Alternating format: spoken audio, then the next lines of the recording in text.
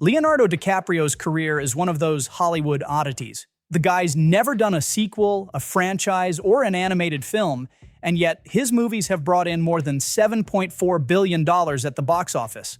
It's all about choices. He picks his projects carefully, works with real filmmakers, and somehow gets people to show up for movies that aren't exactly crowd pleasers. That's rare. So, with all the talk about one battle after another maybe turning into a flop, let's take a look back. Every movie where Leo had a lead role, the budget, and how it actually did at the box office. DiCaprio's first lead role hit when he was just 17, starring in this adaptation of Tobias Wolff's memoir. He's up against Robert De Niro and Ellen Barkin, playing a kid in the 1950s stuck with an abusive stepfather. The film's critical reception was decent, 76% on Rotten Tomatoes. But box office was modest, only around $4 million in limited release. No surprise there. What's much more interesting is how DiCaprio got the part. Director Michael Caton-Jones auditioned hundreds of actors, including Christian Bale. DiCaprio only landed the role because during auditions, he let loose with a totally improvised outburst that left De Niro impressed. Leo actually thought he'd screwed it up, but De Niro remembered him. The two formed a connection. De Niro would later call up Martin Scorsese and tell him, "This kid's good. At least meet him." And as we all know, that phone call changed the trajectory of DiCaprio's whole career. A few months later, DiCaprio showed up in a film that put him on the map for good. Playing Arnie Grape, the mentally disabled younger brother to Johnny Depp's character, DiCaprio was just 19 and already got his first Oscar nomination. The film only made $10 million on an $11 million budget, which wasn't great for the studio, but it built DiCaprio's reputation. Roger Ebert and Janet Maslin both praised him. Ebert said he deserved to win Best Supporting Actor.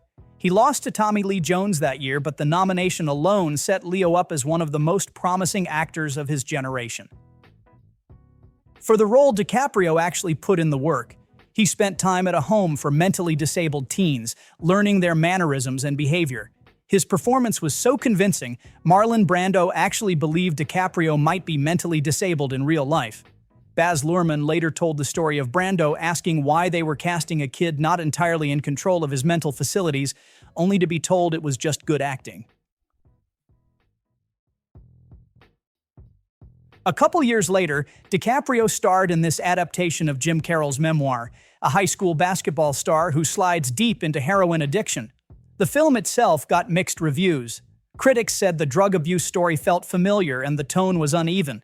What people remember now is DiCaprio's performance, and yes, that crying meme. At the box office, it was a dud. $4 million budget, only $2.4 million returned. One of DiCaprio's weakest showings, and that's with the movie barely getting a release. Tough subject matter and limited distribution didn't help. But years later, the movie picked up notoriety for a different reason: controversy. In one scene, DiCaprio's character in a dream shoots up his classroom. After the school shootings in the late 90s, families of victims filed lawsuits. They said the Basketball Diaries influenced the shooters. The Columbine killers even owned the movie. Some of these lawsuits were for massive money. One wanted $130 million, but the courts threw them out under the First Amendment. HBO's Bowling for Columbine even featured the controversy, and TV channels started banning the movie during daytime hours. A Western with a twist. Sam Raimi directing, Sharon Stone starring and producing, Gene Hackman as the villain, and DiCaprio as the kid. A cocky young gunslinger convinced Hackman's character might be his father. It's got style, Raimi's camera work is all over it, and a stacked cast, including a then-unknown Russell Crowe. Stone fought to get him in, too. Rotten Tomatoes has it at 61%. Not a total bomb, not a smash, just sort of in between. Budget was $35 million, box office just $47 million. Lost some money after Hollywood accounting. The real behind-the-scenes story here is about Sharon Stone believing in DiCaprio. The studio didn't want him, said he wasn't a name, so Stone just paid his salary out of her own paycheck to get him cast. In her memoir, she remembers Sony telling her, "If you want him, pay for him." So she did. DiCaprio's always said he cannot thank her enough for that. And funnily enough, the movie blew up on Netflix this July. 3 decades after it came out and flopped, suddenly a global top 10 hit. This is one of those movies nobody in Hollywood was lining up to make. An art house drama about the wild, destructive romance between two 19th century French poets, Arthur Rimbaud and Paul Verlaine. This wasn't the kind of movie that was ever going to be a hit in 1995, especially not in the States. Total Eclipse barely got a release. Straight to cable and video in most places, and the marketing was non-existent. The numbers say it all. They spent $8 million making it, and the worldwide box office was just $340,000. Easily the lowest-grossing movie DiCaprio's ever made. The making of the film is actually more interesting than the movie itself. Director Agnieszka Holland actually built the project around River Phoenix. He was set to play Rimbaud, but after Phoenix's death in 1993, the film stalled. When it finally moved forward, DiCaprio stepped in, basically following in the footsteps of his idol. John Malkovich was supposed to play Verlaine, but he left and David Thewlis took the part. This is the film that kicked off the whole Leo mania in the mid-90s, a year before Titanic. Baz Luhrmann's Romeo and Juliet took Shakespeare's story and set it in an MTV-inspired version of modern Verona Beach. The film was a legit hit at the Berlin Film Festival. DiCaprio and Danes shared the Silver Bear for Best Actor and Actress, and for a lot of people, this movie defined a generation. It also made DiCaprio a global star. Suddenly, you couldn't go anywhere without seeing his face. This was just the beginning. On a $14 million budget, it made $147 million worldwide. That's a 10 times return. And at the time, it was the highest-grossing straight Shakespeare adaptation ever. Guinness confirmed it later. Fox only expected a modest success, but the teen audience went nuts. Plenty of people came back for repeat viewings just for Leo's performance, and Baz Luhrmann himself said the film wouldn't have happened without Leo. He actually paid for his own flight to Australia to help workshop the project and win the studio over. This is one of the rare misfires in DiCaprio's filmography, and honestly, that's understandable. No studio drama here, just the classic prestige drama that critics love but audiences don't exactly rush out to see. It's a family story about two estranged sisters coming together after one is diagnosed with leukemia, and DiCaprio plays the troubled teenage son. It's got Meryl Streep, Diane Keaton, and Robert De Niro. DiCaprio was actually recommended by De Niro himself. The movie didn't earn money, but it got plenty of respect for the acting. Diane Keaton even got an Oscar nomination. Miramax released it late in the year, aiming for awards, but most moviegoers skipped it, probably finding it a little too heavy for a night out. Miramax and Harvey Weinstein pushed hard for awards, but only Keaton landed a nod. If nothing else, it showed Hollywood that DiCaprio could hold his own next to legends. This is the one that made DiCaprio a superstar. No way around it. James Cameron's massive historical romance about the 1912 disaster was the most expensive film ever made at the time. $200 million. Everybody was predicting disaster, calling it Cameron's folly. Cameron actually gave up his $8 million fee and his share of profits just to keep the project afloat when the budget spiraled past $100 million over plan. Fox and Paramount only agreed to keep going after Cameron personally took the hit. That gave the studio about $30 million back, but meant Cameron lost out on another $50 million he could have made once the film blew up. When Titanic hit, all that skepticism vanished. It brought in $2.2 billion worldwide on release, the first film ever to pass the billion mark, and it held the all-time record for 12 years until Cameron's own Avatar. Some theaters played it for nearly a year straight. Titanic literally kept Fox solvent. The studio's chairman said it kept the lights on for years. It won 11 Oscars, including Best Picture and Director, though DiCaprio wasn't nominated, which led to some fan outrage. Leo, for his part, tried to avoid the press and skip the whole teen idol thing, but there was no chance. He was everywhere. He even had to hire security because of the level of fan mania. Right after Titanic, DiCaprio doubled down on his new megastar status with The Man in the Iron Mask, playing both the cruel King Louis XIV and his hidden twin, Philippe. It's a big, glossy Musketeers adventure.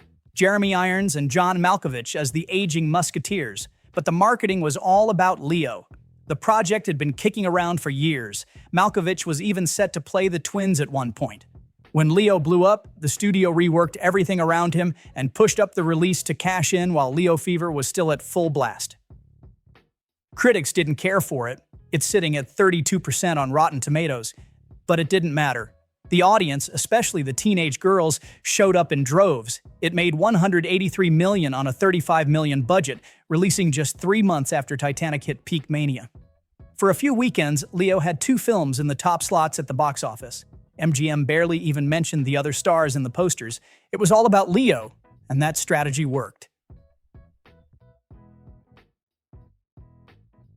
After all that, the hype around DiCaprio got so intense he basically went into hiding for 2 years. But the studios wanted more, and that's how he ended up in The Beach. Directed by Danny Boyle, who just made Trainspotting, this was supposed to be a dark, edgy adaptation of Alex Garland's novel. DiCaprio plays a backpacker looking for a hidden utopia in Thailand, only to end up in a nightmare. Anticipation was massive for this one. It was the first time the world saw Leo back in a lead role since becoming a superstar. But the movie was a mixed bag. Critics were mostly disappointed. It didn't measure up to Alex Garland's original novel. The New York Times called it an attractive but empty daydream. Danny Boyle later admitted the film just didn't work, and the production itself was tense. Casting drama is a big part of this story. Boyle and Ewan McGregor had worked together on everything up to that point, and McGregor was originally supposed to play Richard. But after Titanic, the studio wanted a bigger name, so they pushed hard for Leo. Boyle took the money and cast DiCaprio, which tanked his friendship with McGregor for almost a decade. Boyle later apologized publicly, admitting he gave in to the studio's pressure for the budget. In his words, "I was weak, it was about the money."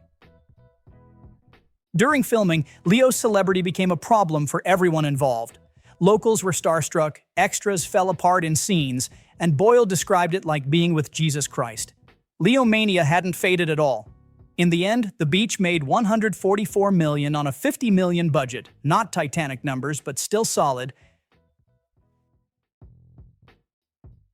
Gangs of New York is one of those movies where the behind-the-scenes story is almost as big as what ended up on screen. This was Martin Scorsese's passion project, something he'd been trying to get made since the late 70s. So he finally gets the green light, builds this gigantic 1860s New York set in Rome. The budget blew up to $100 million, and that's not even counting another $30 million or so for marketing. Miramax wasn't really chasing box office. They wanted prestige, Oscars, the whole thing. This was Scorsese's first time teaming up with DiCaprio, marking the start of Leo as Scorsese's new go-to, taking over that role from De Niro. But Gangs took the long road. The release got pushed back a year for post-production and a lot of rumored clashes over editing, which just made things even pricier. Miramax co-chair Harvey Weinstein went all in on the Oscar campaign, no expense spared, hoping this would finally be the one that got Scorsese his overdue Oscar. Didn't happen. The film landed 10 nominations, including Best Picture and Best Director, but didn't win a single statue, which is still one of the most infamous Oscar shutouts. Right after Gangs, DiCaprio comes back in Catch Me If You Can, a total change of pace. Spielberg directs, and it's the real-life story of Frank Abagnale Jr., the teenager who scammed millions impersonating pilots, doctors, and lawyers in the 1960s. Spielberg shot the whole thing in under 60 days and came in under budget. After the heavy sci-fi of Minority Report, this was almost a breather for him. For DreamWorks, this movie was a huge win. Budget was $52 million, global box office ended up at $352 million, one of the top 10 films worldwide for 2002. It dropped at Christmas, and it did big numbers for a character-driven film. The success of Catch Me If You Can was a real boost for DreamWorks, which needed a solid win right then. Spielberg cast DiCaprio after seeing a rough cut of Gangs, felt he'd grown up enough to carry a film alongside Tom Hanks. And here's the fun part. Both Catch Me If You Can and Gangs opened the same week, so DiCaprio was actually in theaters in 2 totally different roles at the same time. For DiCaprio, The Aviator was a years-long passion project. He'd read Michael Crichton's script about Howard Hughes, got hooked, and decided to buy the rights himself. He started developing it, had Michael Mann involved at one point, but then Mann left to make Ali, so DiCaprio pulled in Scorsese again. This one is a massive old-school biopic, covering Hughes from the 1920s through the 1940s. DiCaprio produced, developed, and led the project, and even managed to negotiate himself a $20 million salary. He was all in, and it paid off. Golden Globe win, Oscar nomination for Best Actor, and a lot of praise for carrying a nearly 3-hour epic on his own shoulders. Budget was steep, $110 million, in part because of the elaborate period sets and some big set pieces. The airplane crash sequence alone cost a fortune. But Miramax saw it as another Oscar play, and it paid off. Best Picture at the Golden Globes, leading the Oscar nominations, and strong box office, $213 million globally. For a nearly 3-hour biopic, those are great numbers. DiCaprio losing that Oscar to Jamie Foxx really fueled the snubbed again narrative, and as we all know, it actually followed him for years until he finally took home the statue in 2016. The Departed is Scorsese adapting Infernal Affairs, shifting the story from Hong Kong to Boston. DiCaprio plays an undercover cop in the mob, while Matt Damon is the mob's mole inside the police. Critics loved it, 91% on Rotten Tomatoes, and it's still considered one of the best crime dramas ever made. DiCaprio gives a pretty ferocious performance as Costigan. A lot of people figured he'd get an Oscar nod for this, but studio campaign choices ended up pushing him as lead for Blood Diamond. Still, The Departed was a huge moment for Scorsese. He finally won Best Director, along with Best Picture, Best Adapted Screenplay, and Best Editing. Basically, it was the Academy giving Scorsese the big one after years of near misses. Box office was strong, $291 million worldwide on a $90 million budget. For a talky, R-rated crime film, that's excellent. At the time, it was Scorsese's biggest hit until Shutter Island and The Wolf of Wall Street came along. DiCaprio actually took a pay cut, around $15 million, to help get the film made, probably with some back-end points to make up the difference. With those box office numbers, that likely worked out for him.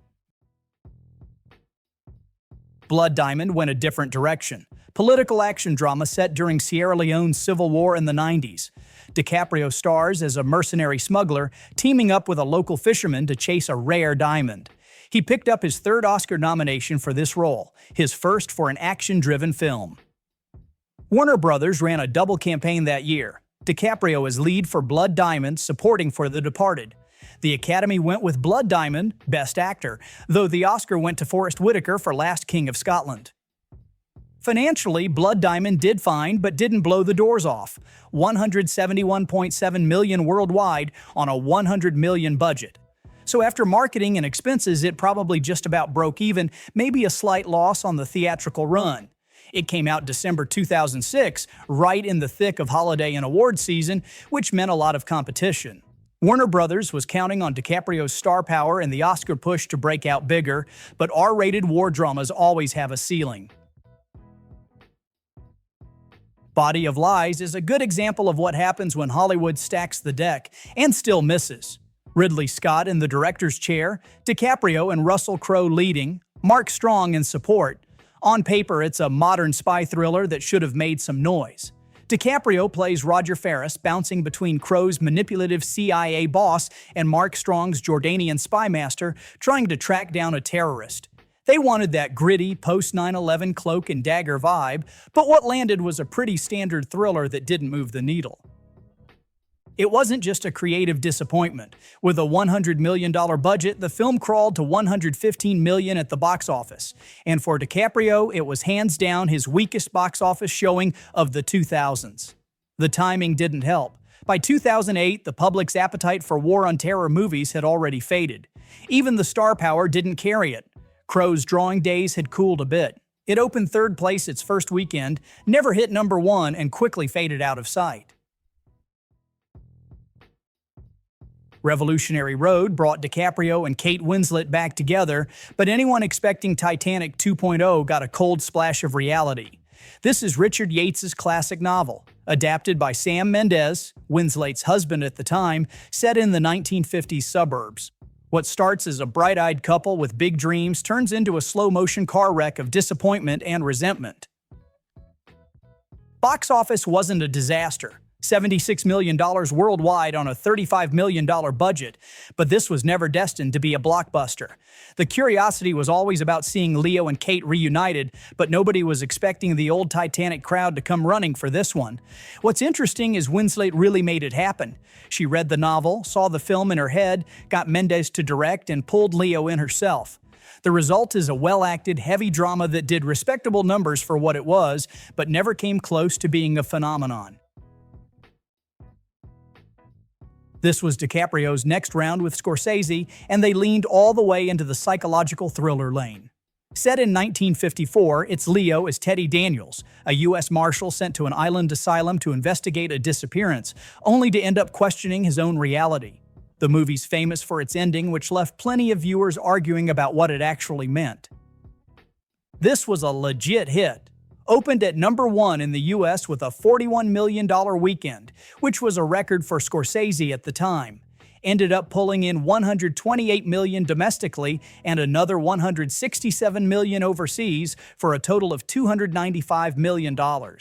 That's massive for an R-rated thriller with no franchise attached. Smart marketing played a big role. The trailers made it look like a creepy horror film, which brought in both DiCaprio and Scorsese fans and regular genre crowds.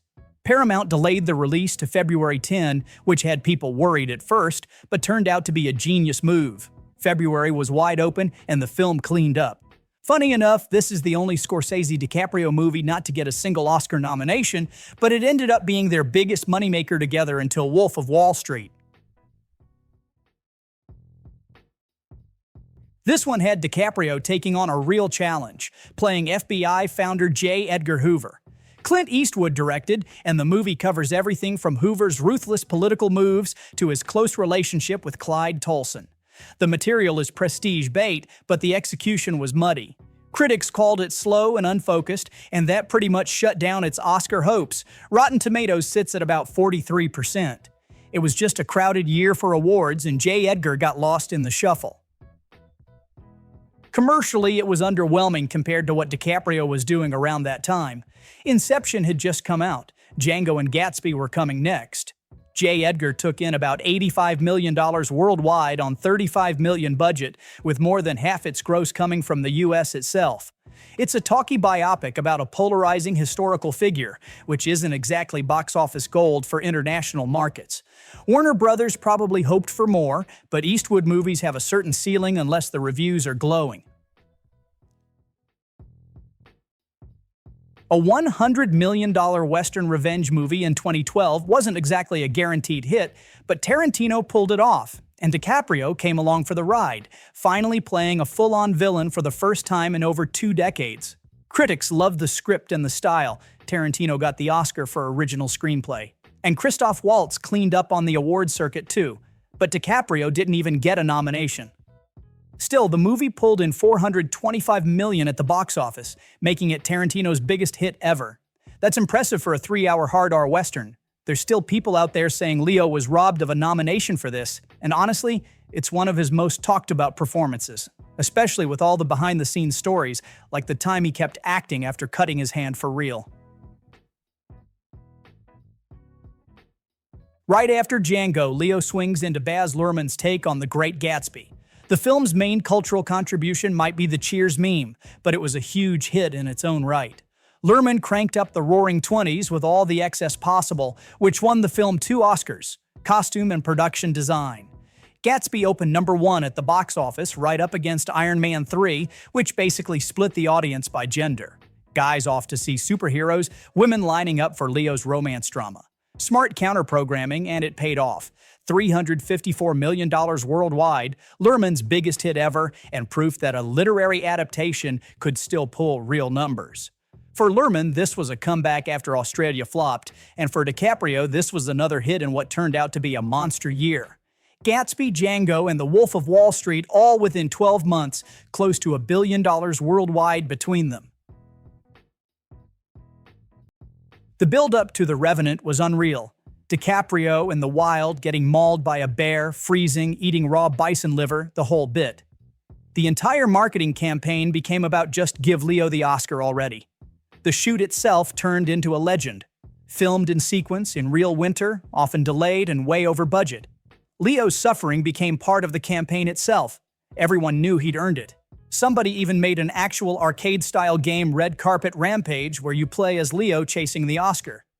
You can actually still play it. I've checked a couple of days ago. The cost jumped from under $100 million to $135 million. But the risk paid off. 12 Oscar nominations, 3 wins, and $533 million at the global box office. For a nearly wordless R-rated drama that's basically a miracle. It opened small in December 2015 for the Oscar run, but once it went wide, it hit #1 at the box office and kept dominating through January. After that Oscar finally came home, Leo disappeared for a while, 4 years off before coming back with another Tarantino project. This was Tarantino's big, nostalgic love letter to 60s Los Angeles. DiCaprio as the washed-up TV actor Rick Dalton, Brad Pitt as his stuntman, and Margot Robbie as Sharon Tate. The film cost $90 million and brought in $372 million worldwide, all without a China release. The censors there wanted Tarantino to cut the Bruce Lee scene, but he refused. Another 10 Oscar nominations, including one for Leo, and more proof that there's still a massive audience for these big, original adult dramas when you've got the right names attached. Don't Look Up was never really about the box office. It was built for streaming from the start. DiCaprio and Jennifer Lawrence as astronomers, Adam McKay directing, and a plot about an extinction-level comet that everyone chooses to ignore. Basically, climate change is disaster comedy. The budget was $75 million, but Netflix only put it in theaters for a token awards qualifying run, so the box office was a footnote here, just under $1 million. The real numbers were on Netflix itself. 152 million hours watched in a single week, 360 million in its first month. It was their second most watched original ever. The movie got 4 Oscar nominations, including Best Picture and Original Screenplay, but it didn't win any. What's wild is how the film's screenwriter, David Sirota, is still not over it. He spent this January ranting on Twitter about how LA wildfires proved the film was right, which was just a shitty tone-deaf move. People are losing their homes, and he's trying to get retroactive awards respect. Not a good look. DiCaprio's most recent film closes this streak out with a prestige project that bombed at the box office. But there's more to the story. Killers of the Flower Moon, directed by Scorsese, is an epic about the Osage murders, a 3.5-hour historical crime story, not exactly designed for mass appeal. Apple bankrolled it with $200 million, with Paramount handling the theatrical release. The film ended up grossing about $159 million worldwide, nowhere close to the budget and definitely a financial flop by standard measures.